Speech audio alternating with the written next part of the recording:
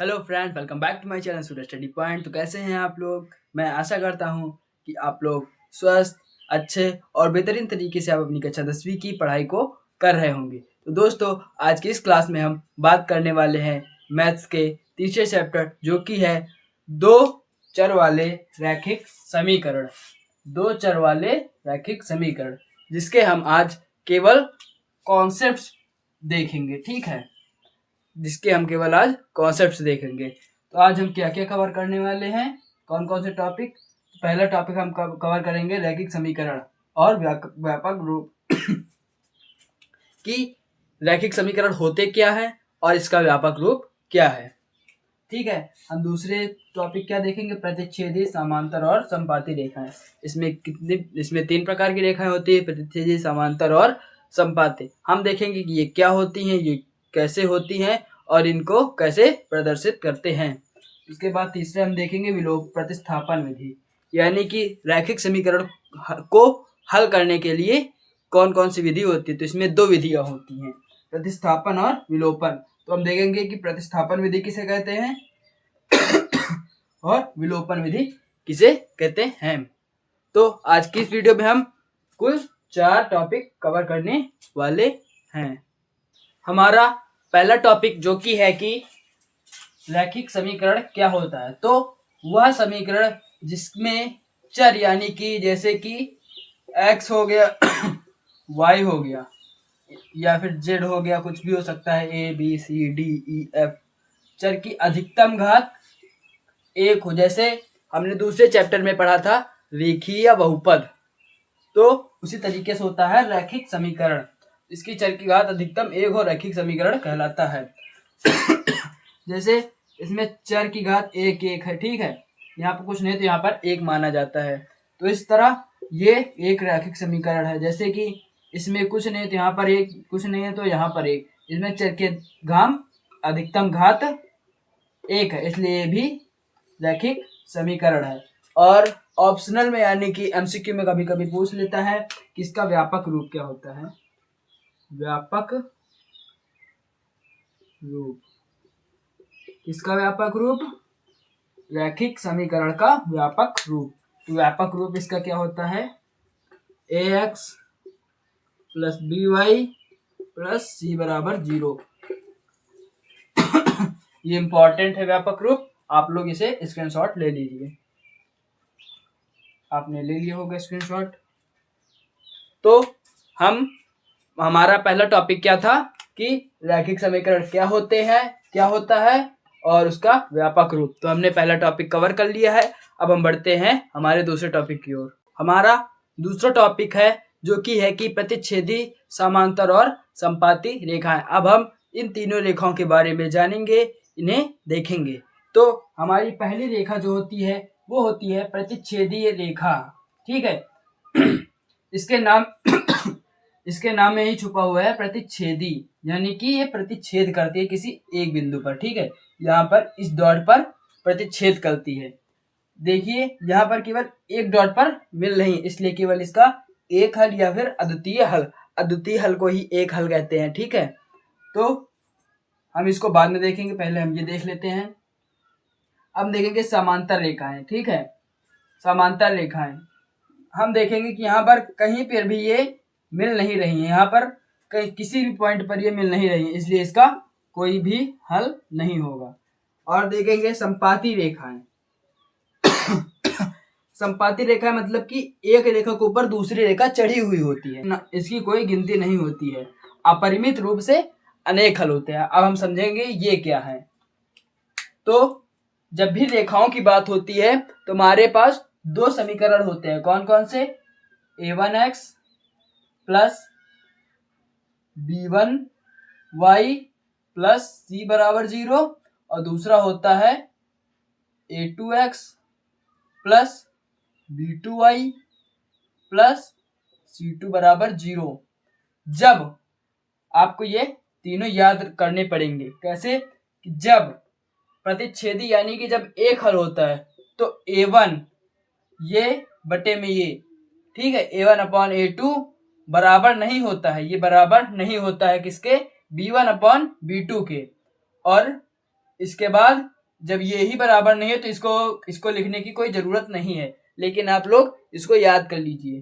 ठीक है, कि जब एक हल होता है यानी कि जब रेखाएं प्रतिच्छेद करती हैं तो वहां पर a1/a2 डज नॉट इक्वल यानी कि बराबर नहीं होता है b1/b2 के। ठीक है, आप लोग इसको देख लीजिए यहाँ पर कि a1/a2 बराबर नहीं होता है b1/b2 के। ठीक है, जब रेखाएं प्रतिच्छेद करती हैं, जब रेखाएं किसी एक बिंदु पर मिलती हैं, जब रेखाएं एक दूसरे को काटती हैं तो वहां पर एक हल होता है। जब रेखाएं किसी एक बिंदु पर मिलती हैं तो उसमें एक हल होता है और उसमें a1/a2 बटे b1/b2 बराबर नहीं होता है b1/b2 के। इसलिए हम c1/c2 को कोई जरूरत नहीं है इसे बराबर दिखाने की। ठीक है, ये तो हो गया प्रतिच्छेदी रेखाओं की। आप लोग इसको देख लीजिए, नोट कर लीजिए, क्योंकि ये बहुत काम आएगा आगे चलकर। दूसरा है समांतर रेखाएं। अब समांतर में क्या होगा, यहाँ पर कहीं पर भी रेखाएं मिल नहीं रही, यानी किसी भी पॉइंट पर रेखाएं मिल नहीं रही हैं, इसलिए इसका कोई हल नहीं होगा। जब इसका कोई हल नहीं होगा तो यही जो a1 ये था, ये a1/a2 बराबर b1/b2, ठीक है, और c1/c2, तो इसमें क्या होता है, समांतर में a1/a2 बराबर तो होता है b1/b2 के, लेकिन b1/b2 बराबर नहीं होता है c1/c2 के। ठीक है, जब रेखाएं कहीं पर भी नहीं मिलती हैं यानी कि समांतर होती है, जब रेखाएं किसी भी पॉइंट पर नहीं मिलती है, किसी पॉइंट पर नहीं काटती हैं, तो वहां पर कोई हल नहीं होता। मतलब समझिए, अब जब रेखाएं किसी भी पॉइंट पर नहीं मिलती हैं तो वहां पर कोई हल नहीं होता है। जब रेखाएं किसी एक बिंदु पर मिलती है तो वहां पर एक हल होता है। जब रेखाएं कहीं भी नहीं मिलती हैं तो उसका कोई हल नहीं होता है। तो उसमें क्या होता है, जब रेखाएं कहीं भी नहीं मिलती है तो उसमें a1/a2 बराबर तो होता है b1/b2 के, लेकिन b1/b2 बराबर नहीं होता है c1/c2 के। आप लोग इसको आराम से समझ लीजिए कि जब रेखाएं एक दूसरे को किसी एक बिंदु पर प्रतिच्छेद करती हैं या काटती हैं जब कोई दो रेखाएं किसी एक बिंदु पर प्रतिच्छेद या फिर काटती हैं तो वहां पर एक हल होता है। जब किसी एक बिंदु पर तो वहां पर एक हल होता है, यानी कि अद्वितीय या एक हल। और उसमें क्या होता है, a1/a2 बराबर नहीं होता है b1/b2 के। ठीक है, a1/a2 बराबर नहीं होता है b1/b2 के। इसको हम इस तरह से लिखते हैं।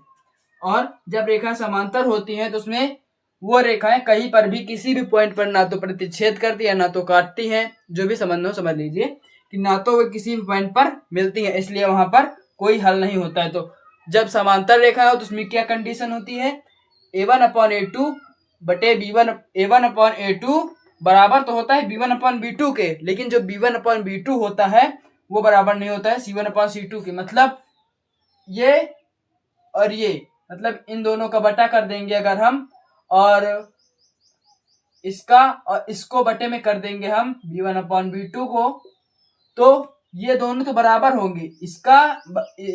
इसके बटे में ये और इसके बटे में ये दोनों आपस में बराबर होंगे, लेकिन जो c1/c2 है ये बराबर नहीं होगा इन दोनों के। ठीक है, अब हम देखेंगे संपाती रेखाएं क्या होती हैं। जब रेखाएं संपाती यानी कि एक दूसरे के ऊपर चढ़ जाती हैं एक दूसरे के ऊपर, मतलब कि एक दूसरे के ऊपर ही होती हैं, तो उस कंडीशन में हर एक पॉइंट पर, हर एक बिंदु पर हल निकलते हैं, इसलिए इसके अनंत हल होते हैं। मतलब कि कोई गिनती नहीं होती, इसके अनंत हल होते हैं। इस कंडीशन में जब हर पॉइंट पर रेखाएं मिलती हैं उसमें अनेक हल होते हैं, और उसमें कंडीशन क्या होती है, a1/a2 बराबर होता है b1/b2 और b1/b2 भी बराबर होता है c1/c2 के। एक बार फिर समझेंगे, जब रेखा प्रतिच्छेद करती है यानी कि एक दूसरे को किसी एक बिंदु पर काटती हैं तो वहां पर एक हल होता है। उसमें कंडीशन होती है a1/a2 बराबर नहीं होता है b1/b2 के। ठीक है, प्रतिच्छेदी में। और समांतर उसमें कहीं भी किसी भी पॉइंट पर रेखाएं नहीं मिलती हैं, इसलिए उसमें कोई भी हल नहीं होता। इसमें कंडीशन क्या होती है, a1/a2 बराबर होता है b1/b2 के, लेकिन b1/b2 या फिर a1/a2 बराबर नहीं होता है c1/c2 के। और तीसरी कंडीशन संपाती रेखाओं की। इसमें क्या होता है, हर पॉइंट पर रेखाएं मिलती हैं, इसलिए इसमें अनंत रूप से, अपरिमित रूप से अनेक हल, या चाहे अपरिमित हल कहो चाहे अनेक हल कहो, अनंत हल कहो, ठीक है वही बात। उसके उसमें कंडीशन क्या होती है, a1/a2 बराबर होता है b1/b2 और फिर दोनों बराबर होते हैं c1/c2 के। इसमें एक चीज और पूछता है, तो मैं आप लोगों को बता देता हूं। इसमें एक चीज और पूछता है कि कौन सा युग्म संगत है, कौन सा असंगत है। तो मैं इसको मिटा के बता देता हूं। आशा है कि आप लोगों ने स्क्रीनशॉट ले लिया होगा पहले ही। अगर आपने स्क्रीनशॉट नहीं लिया है तो वीडियो को थोड़ा सा रिवर्स करके स्क्रीनशॉट ले लीजिए।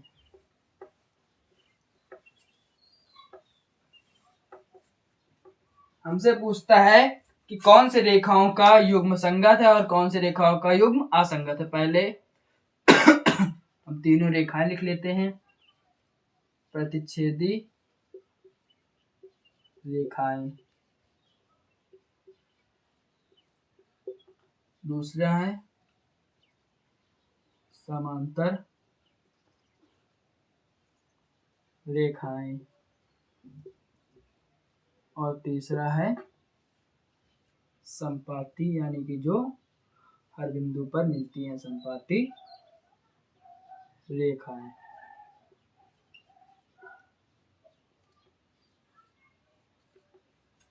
हमने क्या देखा था, प्रतिच्छेदी रेखाएं जो कि ऐसे होती हैं, इनमें एक हल होता है, एक हल होता है। जिसमें ये समांतर होती हैं, ये समांतर होती हैं, इसमें कोई हल नहीं होता है।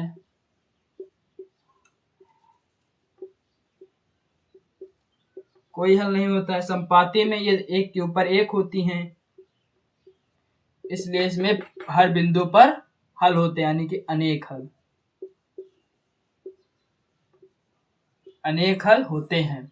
तो हम देखेंगे, हम क्या देखते हैं कि इसमें भी एक हल निकल रहा है, इसलिए इसमें एक हल निकल रहा है, इसलिए ये भी ये संगत युग्म होगा, संगत रेखाओं का युग्म, संगत युग्म, रेखाओं का संगत युग्म, ठीक है। इसमें कोई हल नहीं है तो ये असंगत हो जाएगा, असंगत युग्म, रेखाओं का असंगत युग्म। इसमें तो अनेक हल है, हर पॉइंट पर रेखाएं मिल रही हैं, हर पॉइंट पर हल निकल रहे हैं, इसलिए ये भी संगत युग्म हो जाएगा, संगत युग्म। तो हमने क्या देखा, जिसमें भी एक हल होगा या एक से अधिक हल होगा वो दोनों संगत युग्म होंगे, लेकिन जिसमें एक भी हल नहीं होगा वो असंगत युग्म होगा। आशा है कि आप लोग समझ गए होंगे। तो अब हम बढ़ते हैं हमारे तीसरे टॉपिक की ओर। तो हमारा तीसरा टॉपिक जो कि है कि प्रतिस्थापन विधि। ये एक विधि होती है जो कि रैखिक समीकरण को हल किया जाता है। इस विधि द्वारा हम रैखिक समीकरणों को हल करते हैं। तो रैखिक समीकरण कैसे होते हैं, मैंने आपको बताया था कि a1x plus b1y plus c बराबर 0, और दूसरा होता है a2x plus b2y plus c2 बराबर 0, ठीक है। ये हमारे होते हैं रैखिक समीकरण के युग्म, ठीक है, ये युग्म होते हैं। तो जैसे हम कोई उदाहरण लेते हैं, x माइनस वाई बराबर 6 और x प्लस वाई बराबर 8, ठीक है।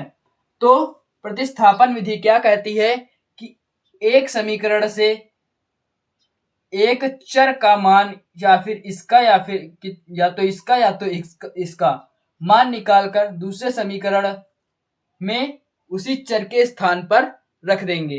तो कैसे रखेंगे, जैसे x माइनस वाई है, तो हम जब x माइनस वाई बराबर 6 है ना, x प्लस वाई बराबर 8, जब हम ये y माइनस का है इधर हम भेजेंगे तो ये प्लस का y हो जाएगा। तो कैसे हो जाएगा, तो x बराबर 6 प्लस y, ठीक है, इसको मान लेंगे समीकरण 1। अब हम इस समीकरण 1 को नहीं, ये हमारा समीकरण था 1, ये था 2, ठीक है, जब हम इसमें से मान निकालेंगे तो उसको समीकरण 3 रख देंगे। तो हम कैसे लिखेंगे कि समीकरण 3 से x बराबर 6 प्लस y समीकरण 2 यानी कि इसमें रखने पर, तो कैसे होगा, x की जगह पर ये x है, x की वैल्यू हम ये 6 प्लस वाई रख देंगे इसमें, तो कैसे हो जाएगा, x की जगह पर 6 प्लस वाई, तो 6 प्लस वाई, उसके बाद प्लस में y बराबर 8। ठीक है, जब हम ब्रैकेट खोलेंगे तो ये प्लस का y ये 2y हो जाएगा, 6 प्लस 2y बराबर में 8। ये प्लस का है 6, इधर जाएगा माइनस का हो जाएगा, तो कैसे हो जाएगा, 2y बराबर 8 माइनस 6, तो 8 माइनस 6 हो जाएगा, तो 2y बराबर आ जाएगा 8 में से 6 जाएंगे 2 बचेगा, और ये गुणे में होगा इधर 2, तो इधर को भेज देंगे तो y बराबर 2/2 यानी कि 1 आ जाएगा, तो y बराबर 1। इसी तरीके से हम y का मान समीकरण 1 या फिर 2 में रख देंगे, तो y का मान हम समीकरण, मान लीजिए हम समीकरण 1 में रखते हैं, तो y बराबर 1 समीकरण 1 में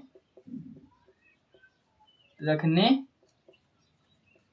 पर, ठीक है, समीकरण 1 में रखने पर क्या होगा, x माइनस 1 बराबर 6, जब हम x है ये माइनस का 1 है वो बराबर उस तरफ जाएगा तो ये प्लस का हो जाएगा, 6 प्लस 1, तो x बराबर 7 हो जाएगा। इस तरीके से हम प्रतिस्थापन विधि द्वारा मानों को ज्ञात करते हैं। तो ये विधियां हमें आगे चलकर क्वेश्चंस को लगाने में काम आएंगे, तो आप लोग इसको अच्छे से समझ लेना, फिर से वीडियो को देख लेना। तो अब हम बढ़ते हैं हमारे दूसरी विधि यानी कि जो कि है विलोपन विधि, उसको देखेंगे। तो हमारा चौथा टॉपिक जो कि है कि विलोपन विधि। तो विलोपन विधि भी प्रतिस्थापन विधि की तरह ही रैखिक समीकरण को हल करने की एक विधि होती है। तो विलोपन विधि में होता है कि विलोपन विधि यानी कि दो समीकरण होते हैं, जैसे कि हमें दिया है क्वेश्चन में दिया है कि x माइनस वाई बराबर 9 और x प्लस वाई बराबर 5। ठीक है, ये दिया है। तो विलोपन विधि क्या कहती है, किसी एक को विलोपित कर दे यानी गायब कर दे, काट दे किसी एक से। तो हम क्या करेंगे, इसको समीकरण 1 मानेंगे और इसको 2 मानेंगे। ठीक है, तो अब हम देखेंगे इसमें क्या किया जा सकता है। अगर जैसे हमको x को हटाना होगा तो हम इसमें माइनस कर देंगे, कैसे, इधर लिखेंगे घटाने पर।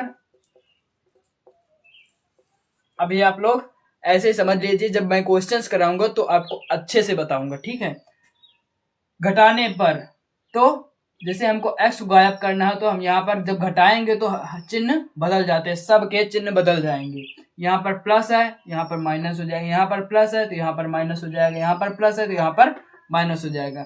अगर ये प्लस माइनस होंगे तो ये कट जाएंगे, ये माइनस माइनस हो जाएगा तो जुड़ जाएंगे, क्योंकि समान चिन्ह होते हैं तो जुड़ जाते हैं। तो -2y बराबर में जब 9 में से 5 जाएगा तो बचेगा 4। ठीक है, और ये माइनस का दो इधर गुणे में है, उधर जाएगा तो बटे में हो जाएगा। तो y बराबर 4 बटे -2, तो 2 का नाम 2, 2 दूनी 4, तो माइनस का 2 बच जाएगा, ऊपर -2। हमने देख लिया कि x को काट कर हम y बराबर -2 निकालते। अब हम देखेंगे कि y को काट कर भी क्या 2 आता है माइनस का, तो हम देखेंगे। पहले हम x की वैल्यू को निकाल लेते हैं। तो हम समीकरण 1 या फिर समीकरण 2 में, हम समीकरण 2 में y की वैल्यू को -2 रखकर देखते हैं। तो समीकरण 2 में y बराबर -2 रखने पर। ठीक है, जब समीकरण 2 में हम y बराबर -2 रखेंगे तो -2 प्लस -2 बराबर 5। ठीक है, x -2 बराबर 5, तो x बराबर 5, ये माइनस को उधर जाएगा प्लस 2, x बराबर 5 2 7 ये आ रहा है। ठीक है, y बराबर -2 और x बराबर 7 आ रहा है। तो हम इनको यहाँ पर लिख देते हैं, x बराबर 7 और y बराबर -2। अब हम इसको मिटा देते हैं। हम देखते हैं क्या y को काट कर भी ऐसा ही मान आता है। तो हमारा मान लिखा हुआ है। अब हम देखेंगे क्या y को काट कर भी ऐसा ही मान आता है। तो क्या था हमारा, x माइनस y बराबर 9 और x प्लस y बराबर 5। ठीक है, हमने उस पहले वाले क्वेश्चन में हमने x को काटा था, लेकिन इसमें हम y को काटेंगे। तो हम y को काटेंगे, हमने देखा कि यहाँ पर चिन्ह पहले से ही असमान है, तो असमान चिन्ह हमेशा कटते हैं, तो इसलिए हम इसको जोड़ने पर लिख देंगे। क्या लिखेंगे, जोड़ने पर। जब हम जोड़ेंगे तो इसमें चिन्ह नहीं बदलते हैं, तो y y कैंसिल हो जाएगा। यहाँ पर x और x जुड़ेंगे तो 2x हो जाएगा, बराबर में 9 और 5 बराबर 9 5 को जोड़ेंगे तो 14 आ जाएगा। x बराबर 14/2 यानी कि x बराबर 7 हो जाएगा। तो देखिए x का मान तो मैच कर गया। अब हम देखेंगे कि y का मान -2 आता है। तो समीकरण, अब की बार हम समीकरण 1 में रखते हैं। समीकरण 1 में x बराबर 7 रखने पर